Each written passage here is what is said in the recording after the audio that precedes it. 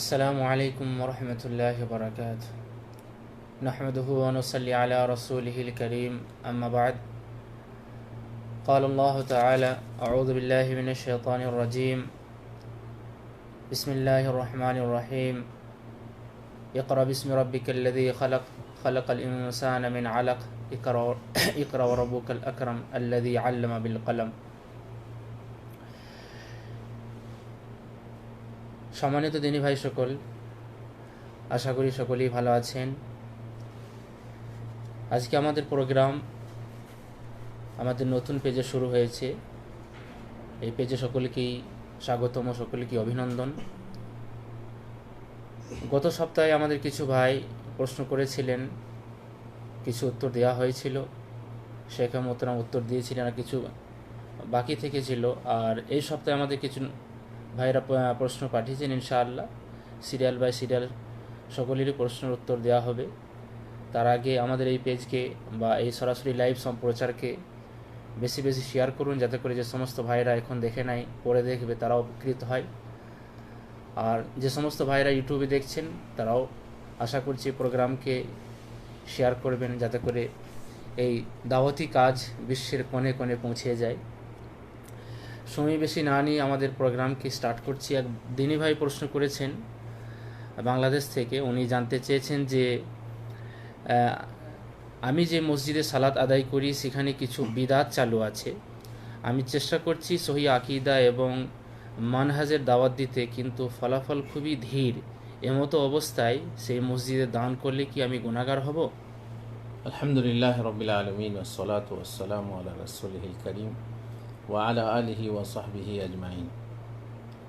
আপনি যে মসজিদে নামাজ পড়েন সে মসজিদ হচ্ছে বিদাতি মসজিদ, কিন্তু আপনি চেষ্টা করছেন যে সেটাকে হিদাতি বানাবেন, যে সে মসজিদ সহি আকীদার হবে। তো চেষ্টা যদি আপনার সফল হয়, এরকম ধারণা হয় যে আপনার চেষ্টা সফল হয়ে যাবে, আস্তে আস্তে হিদাতি হয়ে যাবে, তাহলে আপনি খরচ করুন। মসজিদ যদি হকপন্থীদের দখলে আসে তাহলে নিশ্চয়ই আপনি চেষ্টা করুন।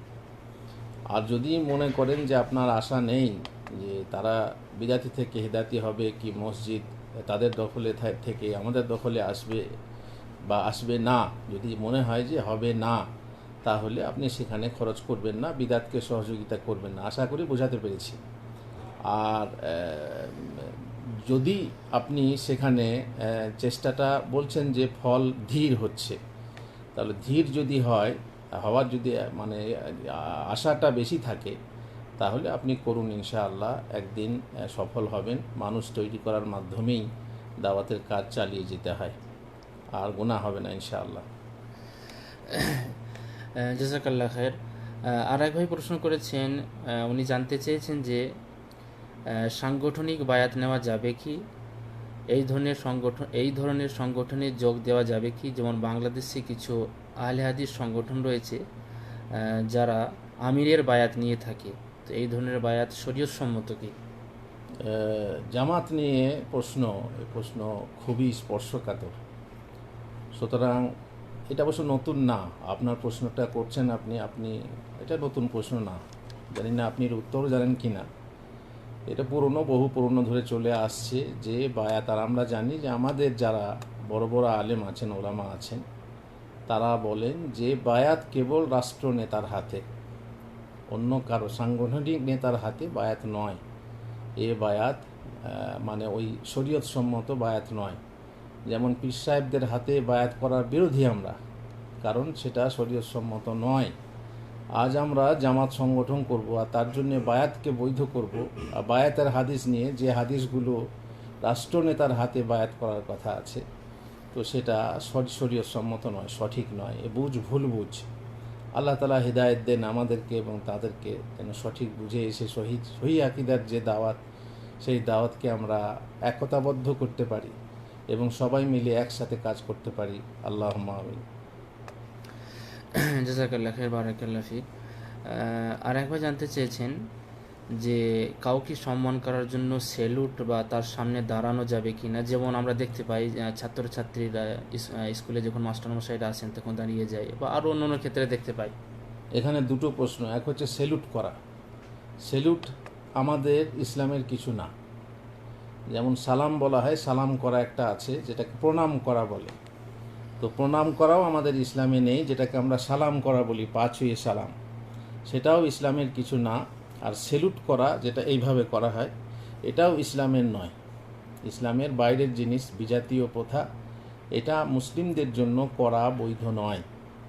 2 নম্বর প্রশ্ন হচ্ছে কিয়াম, কারো তাজিমের জন্য দাঁড়িয়ে যাওয়া বা দাঁড়িয়ে থাকা, এটাও ইসলামে বৈধ নয়। রাসূলুল্লাহ সাল্লাল্লাহু আলাইহি ওয়াসাল্লাম পছন্দ করতেন না, বরং তারা রাসূলুল্লাহ সাল্লাল্লাহু আলাইহি ওয়াসাল্লাম বলতেন যে তোমরা তাদের মতো দাঁড়াও যারা আজম মানে হচ্ছে অনারবিদের অভ্যেস, তাদের মতো করো না, তোমরা একে অপরের সম্মানের জন্য দাঁড়ায়ও না বা দাঁড়িয়ে থেকো না।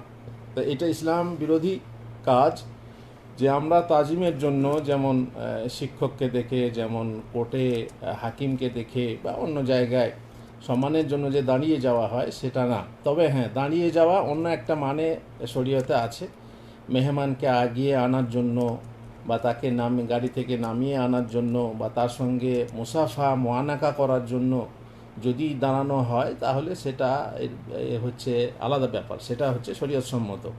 কিন্তু তাজিমের জন্য দাঁড়ানো বা তার জন্য দাঁড়িয়ে থাকা, এটা শরীয়তসম্মত নয়। জাযাকাল্লাহ খাইর। আর একবার জানতে চেয়েছেন যে সরকারি যে সমস্ত সাধারণ অনুদানগুলো আছে, যেমন কন্যাশ্রী, যুবশ্রী, রূপশ্রী, আরও যে সমস্ত মানে আছে, অনুদান আছে, সেগুলো নেওয়া যাবে কি না? অনুদান যদি বলি নেওয়া যাবে, এগুলোকে যদি অনুদান বলি তাহলেই নেওয়া যাবে, যদি অনুদানটা হালাল উৎস থেকে হয়। আমরা যদি জানি যে সরকার নিজের ভান্ডার থেকে দেখছে আর ভান্ডারে হারাম হালাল দুই আছে, তবুও নেওয়া যাবে। কিন্তু যদি হারাম উৎস থেকে ডাইরেক্ট দিচ্ছে মনে হয়, তাহলে নেওয়া যাবে না, অনুদান যাকে বলে। বাকি ওবিসি সব কি আছে, তাতে যেমন বিমার ব্যাপারটা আছে, যেখানে সুদ আছে, জুয়া আছে, সেগুলো আমরা নিতে পারি, সেগুলো অনুদান বলাও যায় না। তো অনুদান যেটা হবে ডাইরেক্ট দিচ্ছে, যেমন 500 টাকা করে দেবে, তারপরে কোনো ক্ষেত্রে চাষিদেরকে যেমন দেওয়া হবে অনুদান, সেক্ষেত্রে কোনো সুদ নেই, কোনো বিমা নেই, কিচ্ছু নেই। তো সে যদি শুধু অনুদান হয়, আমার ফসলের ক্ষতি হয়েছে, আমাকে সরকার সাহায্য করলো, অনুদান দিল, নেওয়া যাবে। রাস্তাঘাট তৈরি করে দিচ্ছে, এগুলো তো অনুদান, তো এগুলো নেওয়া যাবে, এতে কোনো সমস্যা নেই। বাকি অনুদান যাকে বলা যাবে না, যার মধ্যে সুদ আছে, যার মধ্যে জুয়া আছে, যার মধ্যে হারাম আছে, সেগুলো দেখতে হবে বেছে, চোখ বন্ধ করে অনুদান বলে খেয়ে নিলে হবে না। আর ওইগুলো কি অনুদানের মধ্যে পড়বে, রূপশ্রী, কন্যাশ্রী, যুবশ্রী? কি করে বলবো, ওগুলো প্রকৃতি জানতে হবে, ওগুলো কি দেওয়া হয়, সত্যি কি অনুদান দেওয়া হয় নাকি তাতে কোনো সুদ করা হয়, কি হয়। যেমন ওই কি বলে, ছাত্র কি যেটা যে ঋণ দিচ্ছে, 10 লক্ষ টাকা যে ঋণ দিচ্ছে, সেই ঋণটা ক্রেডিট কার্ড, অল্প সুদ দিতে হবে 4%, তাহলে সুদ হলো। তো সেই লোন আমার জন্য নেওয়া যাবে না, যাতে সুদ দিতে হবে, যদি না আমি নিরুপায় হই। জাযাকাল্লাহ খাইর। আরেক সম্মানিত বোন প্রশ্ন করেছেন যে শেখ, হিন্দু মেয়েকে শাহাদা পড়ানোর আগে ও পরের কাজ সম্পর্কে একটু জানাবেন। তারা পুরো পরিবার মুশরিক, তার জন্য দিন পালন করা খুব কঠিন, সেই মুসলিমের মহিলার জন্য নামাজ পর্দা করতে পারবে না, সে অবিবাহিতা, আলাদা করে থাকবে তাও সম্ভব নয়। তো সে কীভাবে সে দিন পালন করবে? কিভাবে দিন পালন করবে, যার আশেপাশে দিন পালন করা সম্ভব না? তাকে হিজরত করতে হবে, সেটাও যদি সম্ভব না হয়। দ্বিতীয় হচ্ছে বিবাহ করতে হবে, সেটাও যদি সম্ভব না হয়, তাহলে যারা জানে যে মুসলমান হয় তাদের সহযোগিতা করা দরকার। তার এমন জায়গায় বিবাহ দেওয়া কিংবা এমন জায়গায় থাকার ব্যবস্থা করে দেওয়া যেখানে মুসলিম পরিবেশ আছে, তাদের চেষ্টা করা দরকার। তাতেও যদি না হয়, সেখান থেকে যেতেও না পারে, তাহলে যথাসম্ভব সে নিজের আল্লাহর ইবাদত করবে, যথাসম্ভব পর্দা মেনে চলবে, এবং আল্লাহর ইবাদত যদি প্রকাশ্যে না করতে পারে, গোপনে করবে, যথাসম্ভব আল্লাহকে ভয় করবে। আল্লাহ তাআলা যতক্ষণ না তার রাস্তা বের করে দিয়েছেন। বারাকাল্লাহ ফিক। আর একবার জানতে চেয়েছেন যে ছেলে মৃত্যু আব্বাকে গোসল দিতে পারবে কিনা, এবং স্ত্রী স্বামীকে বা স্বামীকে স্ত্রী গোসল দিতে পারবে কিনা। এখানে এক হানাফি আলেম বলেছেন যে মরণের সাথে সাথে বিবাহ বিচ্ছেদ হয়ে যায়, তাহলে জমি জায়গার ভাগ কেন স্ত্রী পাবে? মাইয়েতকে গোসল দেওয়ার ব্যাপার বিস্তারিত জানতে হলে আমার একটি বই আছে জানাজা দর্পণ। এই জানাজা দর্পণ পড়ুন। কারণ ছেলে যখন আব্বার গোসল দেবে, আব্বার সমস্ত জায়গা কিন্তু স্পর্শ করতে পারবে না, যেহেতু লজ্জাস্থান বলে একটি জায়গা আছে, সেখানে স্পর্শ করতে পারবে না, অথচ সেখানে হাত দেওয়া জরুরি। তার কারণ পায়খানা টায়খানা বের হয়েছে কিনা দেখতে হবে। সেই ক্ষেত্রে ব্যবস্থা বলা হয়েছে, আমি জানাজা দর্পণে বলেছি, হাতে কাপড় পেঁচিয়ে কিংবা গ্লোভ ব্যবহার করে গোসল দেওয়া যাবে। ছেলে তার বাবাকে গোসল দিতে পারবে, মেয়ে মেয়েকে গোসল দেবে, ছেলে পুরুষ পুরুষের গোসল দেবে, এতে সমস্যা নেই। কিন্তু এই যখন লজ্জাস্থানের ব্যাপার হবে, লজ্জাস্থান তাকিয়ে দেখবে না এবং হাতে ওইভাবে কভার ব্যবহার করে পরিষ্কার পরিচ্ছন্ন করবে ইত্যাদি। বাকি থাকলো স্বামী স্ত্রী। স্বামী স্ত্রীর মধ্যে গোসল দেওয়া দিই, এটাই হচ্ছে উপযুক্ত, এটাই হচ্ছে উচিত। যেহেতু স্বামী স্ত্রী একে অপরের গোপনাঙ্গ দেখে থাকে, সুতরাং সেক্ষেত্রে শোভনীয় হচ্ছে শেষ গোসলের সময়ও সেই ক্ষেত্রে যেন এইটাই তাদের মধ্যে যেটা দেখা দেখি হয়েছে সেইটাই হবে, যদি দেখা দেখি হয়ে থাকে। তো ব্যাপারটা হচ্ছে এমন যে গোসলের ব্যাপারটা খুবই গুরুত্বপূর্ণ। মৃতকে গোসল দেওয়ার ব্যাপারটা সেটা হচ্ছে রাসূলুল্লাহ সাল্লাল্লাহু আলাইহি ওয়াসাল্লাম বলছেন, মান গাসসালা মুসলিমান ফাকাতামা আলাইহি গাফারাল্লাহু লাহু 40 মাররা। যে ব্যক্তি কোনো মৃত ব্যক্তিকে গোসল দিবে, সে ব্যক্তিকে আল্লাহ তাআলা 40 বার ক্ষমা করবেন, 40 বার ক্ষমা করবেন। আর অন্য এক বর্ণনায় আছে 40টা কাবিরা গুনাহ ক্ষমা করবেন। মৃতকে গোসল দেওয়া, তবে দুটো শর্ত আছে। প্রথম শর্ত হচ্ছে ইখলাস থাকতে হবে। আপনি গোসল দিচ্ছেন কেন? আল্লাহর ওয়াস্তে। এমনিতেই গোসল দেওয়ার লোক থাকে জানেন বেনামাজি, এমনিতেই কবর খোঁড়ার লোক থাকে জানেন আপনি বেনামাজি। অনেকে তো আজকাল তো খাবারের ব্যবস্থা হয়েছে মাশাআল্লাহ, যেখানেই মরবে সেখানেই ভোজ, তো সেখানে খাবার জন্য অনেকে চলে যায়, বা খাবার জন্য সেখানে কাজে অংশগ্রহণ করে, কিংবা নাম নেওয়ার জন্য অংশগ্রহণ করে, নামাজ পড়ে না, সে সবের জন্য গোসল দেবে, কবর খুঁড়বে, এটা তো কারো মনে হয় না, কারণ সে নিজেই বেনামাজি। আর সে বা ভাবছে আমি এতে সব কামাবো। তো মোট কথা হচ্ছে যে এই স্বভাব পেতে হলে তাকে ইখলাস রাখতে হবে, নামাজি হতে হবে, তৌহিদবাদী হতে হবে। আর দ্বিতীয় শর্ত হচ্ছে গোপন করতে হবে। গোসল দেওয়ার সময় যদি এমন কিছু অপ্রীতিকর দেখে, যেটা প্রকাশ করলে, প্রচার করলে ওই মাইয়েতের অসম্মান হবে, বাবা একবার গোসল দিতে গেছি অমুক জায়গায়, গেঁদেছে কেউ পোকা ঘিচঘিচ করছে, কেউ পোকা হয়ে গেছে, মানে তার যে দেহে পোকা বের হচ্ছে, কিংবা এত দুর্গন্ধ থাকা যায় না, নাকে মানে নাক বন্ধ করেও পারা যায় না, যে এই জিনিস, খারাপ জিনিসটা যদি মানুষের মাঝে প্রচার করা হয় তাহলে কিন্তু সওয়াব পাবে না। তো দুটো শর্তে এই সওয়াব পাবে। এবারে গোসল দেওয়ার অধিক হকদার কে? সেই ব্যক্তি যে ব্যক্তি জন্য মাইয়েত জীবিত অবস্থায় ওসিয়ত করে গেছে, গো আমি মারা গেলে যেন অমক গোসল দেয়, তাহলে সে হচ্ছে হকদার। তা না হলে তার সবচেয়ে অধিক নিকটাত্মীয় গোসল দেবে। অবশ্য যে ব্যক্তি গোসলের সুন্নাহ আদি অধিক জ্ঞান রাখে এবং তার মধ্যে আমানতদারি থাকে, আমানতদারি মানে বললাম যে গোপনীয়তা প্রচার করা যাবে না, কথায় কাজে নামাজে ও দিনদারিতে বেশি আমানতদারি আছে, তাকেই এ কাজের জন্য প্রাধান্য দিতে হবে। স্ত্রীর জন্য স্বামীকে গোসল দেওয়া এবং স্বামীর জন্য স্ত্রীকে গোসল দেওয়া অধিক শোভনীয় ও সমীচীন। কেন? আগেই বললাম, যেহেতু দাম্পত্য জীবন থেকে উভয় এক অপরের দেহের গোপনীয়তা রক্ষায় যত্নশীল, তাই এই বিদায় মুহূর্তেও সেই গোপনীয়তার সাথেই শেষ খিদমত পাওয়ার উভয়ই উপযুক্ত। এইগুলো আছে জানাজা দর্পণে। যারা এই কাজ করতে চান, করেন, তাদেরকে ওই বইটা পড়া দরকার। যারা দাফন কাফন করেন, আল্লাহর ওয়াস্তে করেন, নাম নেওয়ার জন্য না আর ভোজ খাওয়ার জন্য না, আল্লাহর ওয়াস্তে করেন, তাহলে বইটা ভালো করে পড়ুন। আর বুঝতে না পারলে বুঝে নেন, যারা বুঝতে পারে তাদেরকে বুঝেছেন। মা আয়েশা রাদিয়াল্লাহু তাআলা আনহা বলছেন, লাউ ইস্তাকবালতু মিন আমরি মাস্তাদবারতু মা গাসসালাহু ইল্লা নিসাউ। এবারে ওরা বলছে যে মরে গেলে তো মানে সম্পর্ক ছিন্ন হয়ে যায়, অতএব স্বামী স্ত্রীকে, স্ত্রী স্বামীকে গোসল দিতে পারবে না, সম্পর্ক ছিন্ন হয়ে যায় বলে, তার জন্য গোসল দিতে পারবে না। তো আমরা বলি যে না, সম্পর্ক ছিন্ন হয় না। তারপরে পরে বলছি কেন হয় না। এখন মা আয়েশা বলছেন যে যদি যা হওয়ার তা হয়ে গেছে, যদি ফিরে আসতো, তাহলে নবী সাল্লাল্লাহু আলাইহি ওয়াসাল্লামকে তার স্ত্রীগণ ছাড়া অন্য কেউ গোসল দিত না। তাহলে বোঝা গেল যে স্বামীর গোসল স্ত্রীরা দিতে পারে। কোথায় আছে? ইবনে মাজা আছে, আবু দাউদ, ইবনে মাজা দেখতে পারেন আপনারা, আর ও বই আছে। আর অন্য জায়গায় অন্য এক হাদিসে আয়েশা বলছেন যে রাসূলুল্লাহ সাল্লাল্লাহু আলাইহি ওয়াসাল্লাম একবার কারো জানাজা পড়ে বাকি বা গোরস্থান, যেটা বাকি, জান্নাতুল বাকি বলা ভুল, অনেকে বলে, বাকিউল গারকাত থেকে আমার নিকট এলেন। তখন আমার মাথায় ছিল যন্ত্রণা। তিনি বলছেন ওয়ানা আজিদু সুদাআন ফি রাসি, মাথায় যন্ত্রণা ছিল। তো আমি বললাম ওয়া রাসা, আমার মাথা গেল, আমার মাথা গেল। আমরা যেমন বলি মাথা গেল, আমার মাথা গেল। তো আমি বলছিলাম হাই মাথা গেল। তিনি বললেন বরং আমারও মাথা গেল। তিনিও বললেন, রাসূলুল্লাহ সাল্লাল্লাহু আলাইহি ওয়াসাল্লাম বললেন বাল আনা ওয়া রাসা, মানে আমার মাথাতেও যন্ত্রণা আছে, ব্যথা আছে। মা দাররাকি লাউ মিত্তি ক্বাবলি ফাগাসসালতুকি ওয়া কাফফানতুকি সুম্মা সাল্লাইতু আলাইকি ওয়া দাফানতুকি। আল্লাহু আকবার। তোমার কি রায়?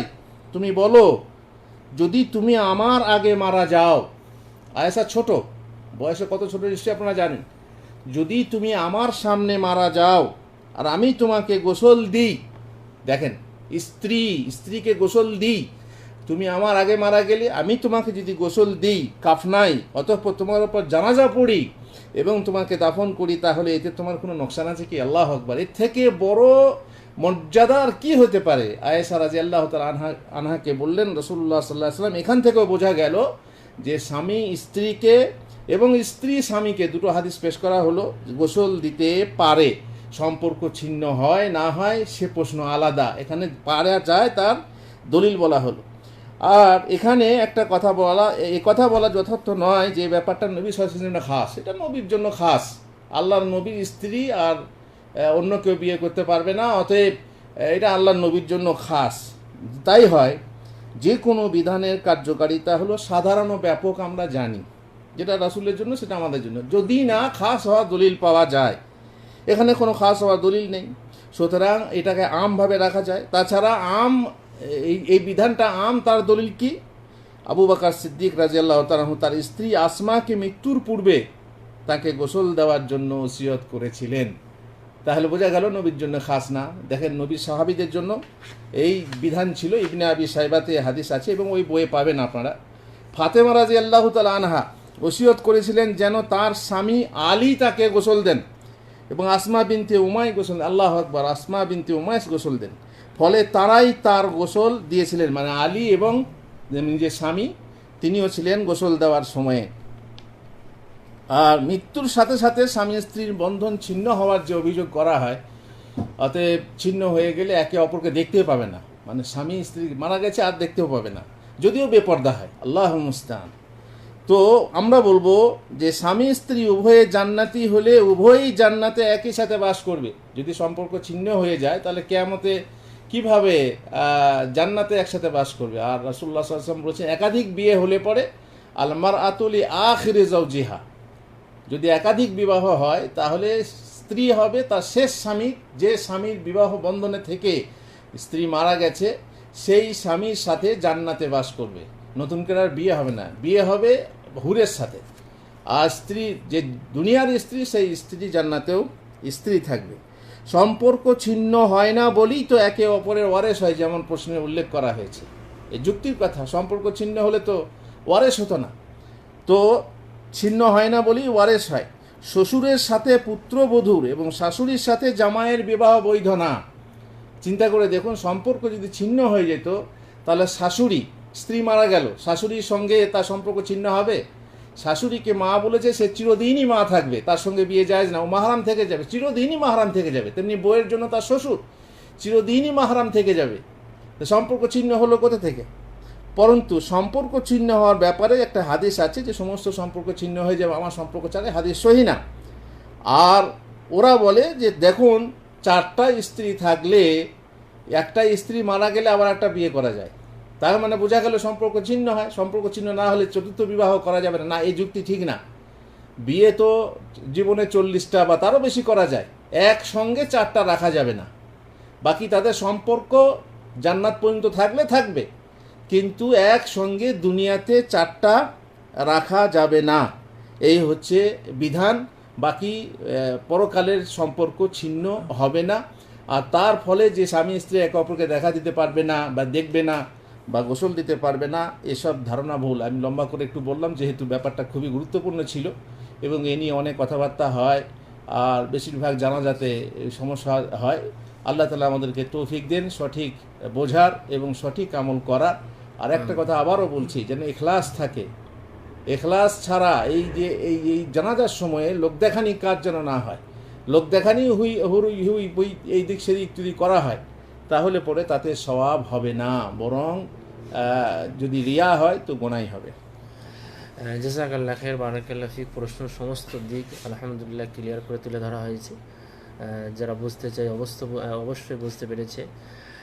আর এক ভাই প্রশ্ন করেছেন, আসসালামু আলাইকুম রহমতুল্লাহ, শেখ, কোনো স্বামী স্ত্রীকে সবার সামনে মুখে তালাক দিল, এরপর বাচ্চা হওয়ার পর কোর্টের মাধ্যমে তালাক দিল, এরপর ওই লোক দ্বিতীয় বিয়ে করে প্রথম বছর পর দ্বিতীয় জনকে কোর্টের মাধ্যমে তালাক দিল, প্রথম জনকে আবার বিয়ে করলো, এখানে ওই লোকের প্রথম বউকে বিয়ে করা কি হালাল সম্পর্ক হচ্ছে? আর দ্বিতীয় স্ত্রীকে আবারও বিয়ে করতে পারবে ওই লোক?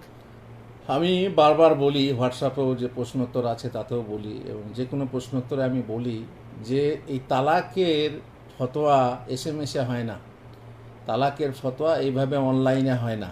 আপনারা যারা রেডিও শোনেন, আমাদের সৌদি আরবের মুফতি সাহেবদেরকে জিজ্ঞেস করা হয় যে নুরুন আল আদ্দার ফতোয়ার যে চ্যানেল আছে তাতেও কিন্তু তালাকের ফতোয়া দেওয়া হয় না। কারণ এটা স্বামী স্ত্রী সরাসরি মুফতি সাহেব শুনবেন এবং তারপরে বুঝবেন যে তালাক হয়েছে, কিভাবে তালাক হয়েছে, সেই তালাকে রুজু হবে কি না, সেই তালাকে পুনরায় বিবাহ করা যাবে কি না, বিবাহ করলে কি নিয়মে করতে হবে, ইত্যাদি ইত্যাদি। সুতরাং আগের বউকে সে বিয়ে করেছে, করা যায় ছিল কি না, 3 তালাক হয়েছিল কি না, রুজু হয়েছিল কি না, এসব না জেনে কোনো মতেই হবে না। যদি আপনার এরকম ঘটে থাকে, আপনার নয় যেহেতু বুঝতে পারছি যে এটা কাল্পনিক কোনো কিছু হবে, কিংবা যদি হয়েই থাকে তাকে বলুন যদি আগের তো বিয়ে স্থানীয়ভাবে সামনাসামনি এর প্রশ্নোত্তর করতে হবে, নচেত SMS-এর মাধ্যমে অনলাইনে এটা হয় না। আল্লাহ তাআলা আমাদেরকে তৌফিক দেন। আর আমি সবাইকে অনুরোধ করব, খবরদার ফতোয়া জিজ্ঞেস করবেন না, কাল্পনিক ফতোয়া, অথবা যদি আপনার নিজের হয়ে থাকে তাহলে সরাসরি এইভাবে অনলাইনে টেলিফোনে জিজ্ঞেস করবেন না। স্থানীয় কোনো আলেমের কাছে বিস্তারিত জানিয়ে, বড় আলেম যেখানে সেখানে যাবেন না, বড় আলেম যাকে জানেন তার কাছে গিয়ে বা তাকে ডেকে নিয়ে ফয়সালা নেবেন। জাযাকাল্লাহ খাইর, বারাকাল্লাহ ফিক। আর এক ভাই প্রশ্ন করেছেন, উনি জানতে চেয়েছেন যে বেশি বেশি আল্লাহ ভীতি অর্জনের উপায়সমূহ জানতে চাই। আল্লাহু আকবার। আল্লাহর ভীতি, আল্লাহর ভয় বা তাকওয়া যাকে বলা হয়, এই তাকওয়া বাড়াবার উপায় কি? কারণ আলা ইন্না আউলিয়া আল্লাহ লা খাউফুন আলাইহিম ওয়া লা হুম ইয়াহজানুন, আল্লাহর ওলিদের কোনো ভয় নেই, কোনো দুশ্চিন্তা নেই। আল্লাহর ওলি কারা? আল্লাহর ওলি হচ্ছে তার আল্লাযীনা আমানু ওয়া কানু ইয়াত্তাকুন, যারা ঈমান আনার পর তাকওয়ার কাজ করে, তারাই হচ্ছে আল্লাহর ওলি। আপনার ঈমান যদি ঠিক থাকে, আপনার আকীদা ঠিক থাকে, তাকওয়ার কাজ করে যান। তাকওয়ার কাজ কাকে বলে বলছি, তাকওয়ার কাজ করে যান, তাহলে আপনি যত বেশি কাজ করবেন তত বড় আপনি আল্লাহর ওলি হয়ে যাবেন। আল্লাহর ওলি হতে হলে তাকওয়ার কাজ করতে হবে। তাকওয়া কাকে বলে? তাকওয়া হিয়াল খাউফু মিনাল জালিল। এক হচ্ছে যে তাকওয়া হচ্ছে ওয়েকায়া বানিয়ে নেওয়া, মানে জাহান্নাম থেকে নিজে এক ঢাল তৈরি করে নেবেন যাতে জাহান্নামে না যান, এরকম ঢাল তৈরি করে নিতে হবে। আর এখানে একজন বলছেন আর তাকওয়া হিয়াল খাউফু মিনাল জালিল, আল্লাহকে ভয় করা যথার্থ ভয়। আল্লাহকে ভয় করা যথার্থ ভয়। যথার্থ ভয় মানে আমি এখানে বসে আছি, আমি এখানে একটা এমন কাজ করছি যে লোকচক্ষুর অন্তরালে লোকে দেখলে আমাকে খারাপ ভাববে। আমি দেখছি আমার দরজা বন্ধ আছে, কেউ দেখছে না, আমি করে গেলাম। কিন্তু যদি আমার সামনে ক্যামেরা থাকে তো নিশ্চয়ই আমি করব। লোক নেই কিন্তু ক্যামেরা আছে, আমার মনে হচ্ছে যে পরে এটা লোকে দেখবে, কিংবা সরাসরি এখন কেউ দেখছে আমাকে, তাহলে নিশ্চয়ই আমি সেটা করব না। এটাকে বলা হয় মুরাকাবা, যে আমি ভাবছি যে আল্লাহ আমাকে দেখছেন, এখানে কেউ নেই কিন্তু আল্লাহ। আমরা সব সময় খারাপ কাজ করার সময় সমস্ত দরজা বন্ধ করি, কিন্তু একটা দরজা বন্ধ করতে পারি না, সেটা হচ্ছে আল্লাহর দরজা। আর সব দিকে তাকাই, চারিদিকে তাকাই, খালি একটা দিকে তাকায় না, সেটা হচ্ছে ওপর দিকে। আল্লাহ তাআলার ভয় যদি যথার্থভাবে না থাকে তাহলে সে ভয়ের কোনো দাম নেই। আল্লাহকে ভয় করি মুখে বললে হবে না, চিনি বললে মুখ মিষ্টি হয় না। সুতরাং আল্লাহকে যথার্থভাবে ভয় করতে হবে, তাহলে তাকওয়া আসবে। তাহলে এই ভয়ের জন্য কি কি করতে হবে? আল আমাল ও বিতানজিল, কোরআন অনুযায়ী মানে শরীয়ত মানতে হবে। এক কথায় শরীয়ত মানতে হবে। শরীয়তের কত রকম আছে? কত রকম? 5টা হাকাম আছে। তার মানে ফরজ বা ওয়াজিব, তারপরে সুন্নত বা মুস্তাহাব, তারপরে আপনার হচ্ছে মুবাহ। মুবাহটা হয়তো শরীয়ত নয় বা সেটা সওয়াবও নেই আর গুনাহ নেই। বাকি মাকরুহ এবং হারাম, এই মাকরুহ হারাম বর্জন করতে হবে। হারাম তো বর্জন করতেই হবে, মাকরুহও বর্জন করতে হবে। আর ওয়াজিব ফরজ তো পালন করতেই হবে, সুন্নাহ মুস্তাহাবও পালন করতে। যত মুস্তাহাব ও নফল আপনি করবেন তত আল্লাহর নিকটবর্তী হবেন, আল্লাহর নৈকট্য লাভ হবে। শেষকালে আপনি আল্লাহর দেখার চোখ হয়ে যাবেন। আল্লাহর চলার আপনার চলার আল্লাহ তাআলা, তার সে সময়ে আল্লাহ তাআলা আপনার দেখার চোখ হয়ে যাবেন, ধরার হাত হয়ে যাবেন, চলার পাশ। আল্লাহু আকবার, মানে সব কিছু আপনার আল্লাহর সন্তুষ্টি অনুযায়ী হবে। এরকম হইতে হতে আপনি আল্লাহর নিকটবর্তী হবেন। আপনি যা চাইবেন আল্লাহ তাই দেবেন। ওয়াল কানাআতু বিল কালিল, অল্প পেয়ে তুষ্ট হতে হবে। আমি যা পেয়েছি তাই নিয়ে যদি তুষ্ট হওয়া যায়, এর থেকে সুখ, বড় সুখ আর কিছু নেই। আর যদি সব সময় ওপরের দিকে তাকাই, দেখো অমকের কত, আমার এতটুকু, আমাকে এত কেন কম, এতগুলো টাকা আমার কি হবে, এত সম্পত্তি কি হবে, এই বাড়ি কি হবে, সব সময় যদি ওপরের দিকে তাকাই তাহলে সুখ পাবে না, আর তাকওয়াও আসবে না। সেই সময় লোভ কাজ করবে। মানুষের মনের মধ্যে ষড়রিপু যে আছে, 6টা রিপু যে আছে, দমন করতে হবে। সেটা হচ্ছে কাম, ক্রোধ। কাম মানে যৌন বাসনা, ক্রোধ রাগ, আর লোভ, এই লোভ। তারপরে মোহ মানুষ এই যে অবৈধ ভালোবাসা ইত্যাদি, মদ, অহংকার, আর মাৎসর্য মানে হচ্ছে পরশ্রী কাতরতা বা হিংসা। এইগুলোকে দমন করতে পারলে আপনার তাকওয়া হবে। আর ইস্তেদাদ লিয়াউমির রাহিল, মৃত্যুকে স্মরণ করতে হবে, মরতে হবে, আর তার জন্য প্রস্তুতি নিতে হবে। অনেকে মরণকে স্মরণ করে কিন্তু প্রস্তুতি নেয় না, জানে মরতে হবে কিন্তু প্রস্তুতি নিতে হবে সেটা করে না। তাহলে মরণকে স্মরণ করে যদি প্রস্তুতি নিতে পারে তাহলে তার তাকওয়া বেশি হবে। এই জন্যে আবার সংক্ষেপে বলছি যে বেশি বেশি আল্লাহর আনুগত্য করতে হবে, ইবাদত করতে হবে। আর সালেহিনদের মতো হব, মানে সাহাবাদের মতো, যারা বেশি ভালো লোক, আউলিয়াদের মতো হব। নবী সাল্লাল্লাহু আলাইহি সাল্লাম যেভাবে আমল করেছেন আমি সেভাবে করব।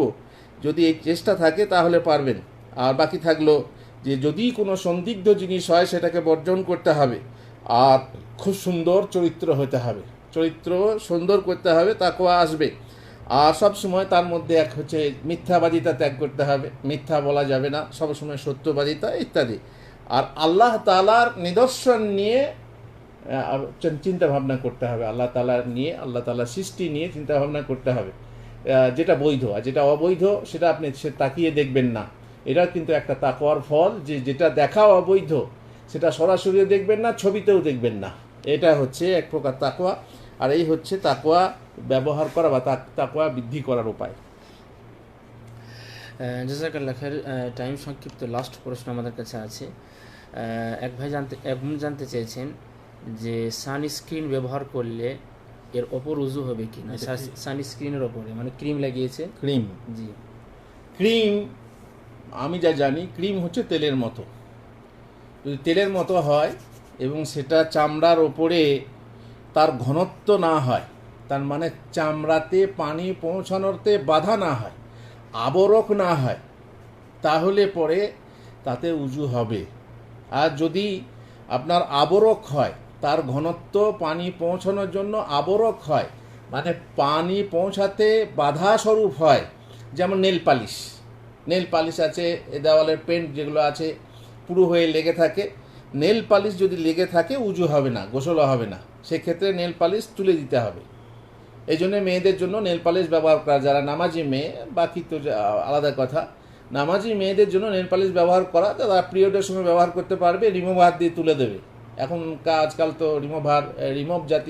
রিমুভ করা যায় এমন নেল পালিশও পাওয়া যায়, তো পিরিয়ডের সময় ব্যবহার করতে পারবে স্বামীর জন্য, বাকি তুলে ফেলতে হবে। এইরকম ঘনত্বওয়ালা যদি কোনো ক্রিম, আমার তো মনে হয় না আছে, ওই তেলের মতো ওগুলো যেগুলো মাখা হয় চামড়ার উপরে, তাতে উজু হবে, সমস্যা হবে না।